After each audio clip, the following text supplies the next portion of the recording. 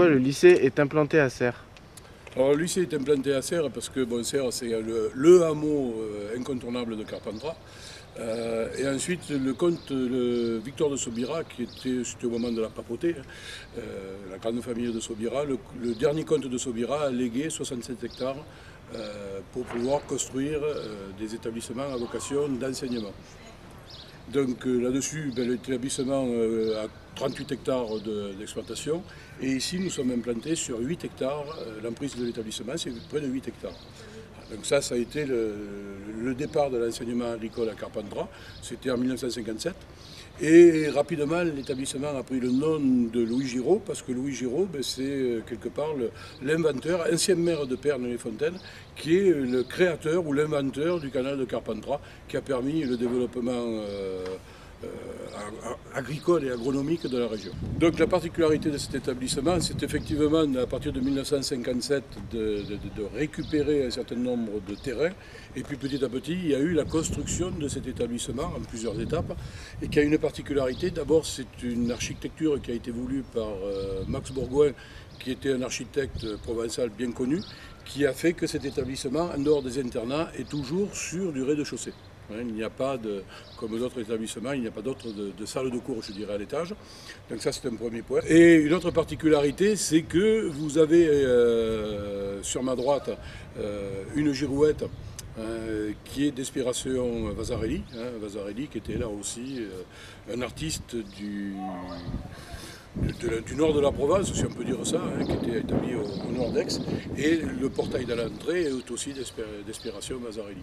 Donc quelque part, vous êtes dans un lieu qui est, en plus, a une histoire architecturale, et qui permet à l'établissement de s'intégrer, et qui est mis notamment en valeur par les élèves autour des compositions qui sont derrière moi. Quelles sont les priorités d'achat sur le fonds documentaire? Alors, les priorités d'achat sont avant tout déterminées par les spécificités, les spécialités de notre établissement.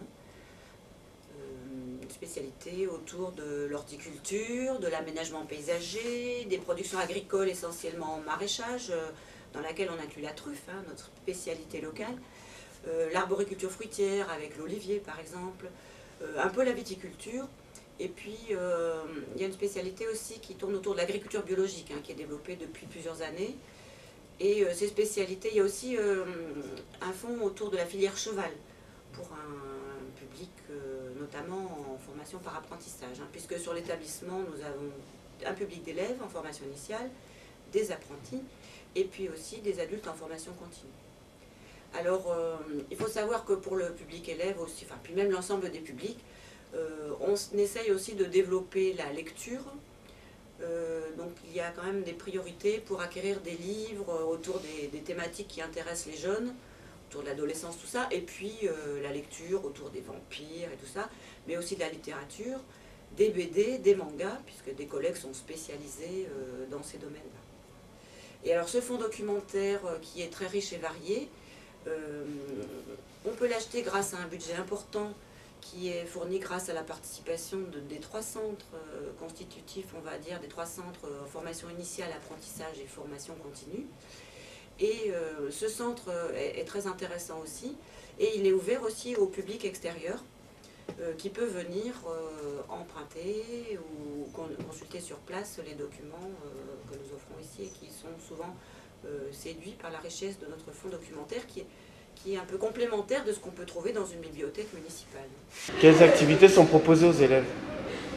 Au lycée Louis Giraud, en fait, nous arrivons, que ce soit dans le cadre de l'EPS, des cours obligatoires d'EPS, l'association sportive ou les options, nous arrivons à couvrir toutes les activités intérieures de petits terrains, sport collectif petit terrain, badminton, escalade, la liste est longue.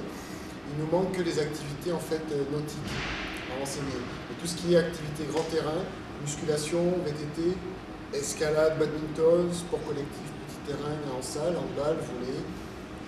Voilà, un ensemble d'activités qui nous permettent d'enseigner véritablement et de faire une belle offre d'activités pour les élèves. Comment maintenez-vous une qualité constante tout en gardant un prix relativement bas? En faisant jouer la concurrence, les produits locaux, les circuits courts, les produits de saison. Que pensez-vous du cadre de l'internat? Pour pour moi, à l'internat, je pense que déjà les images parlent d'elles-mêmes. Le cadre du lycée en entier est assez sympa, assez boisé. Derrière, à l'internat, il y a une franche camaraderie qui est souvent amenée par le sport, les activités culturelles à côté de tout ça. Et au-delà de ça, on a bien sûr une assistance pour tous les élèves pour qu'ils réussissent leurs études. On a toute une équipe qui est là pour les accompagner à tous les niveaux et ça se passe très bien.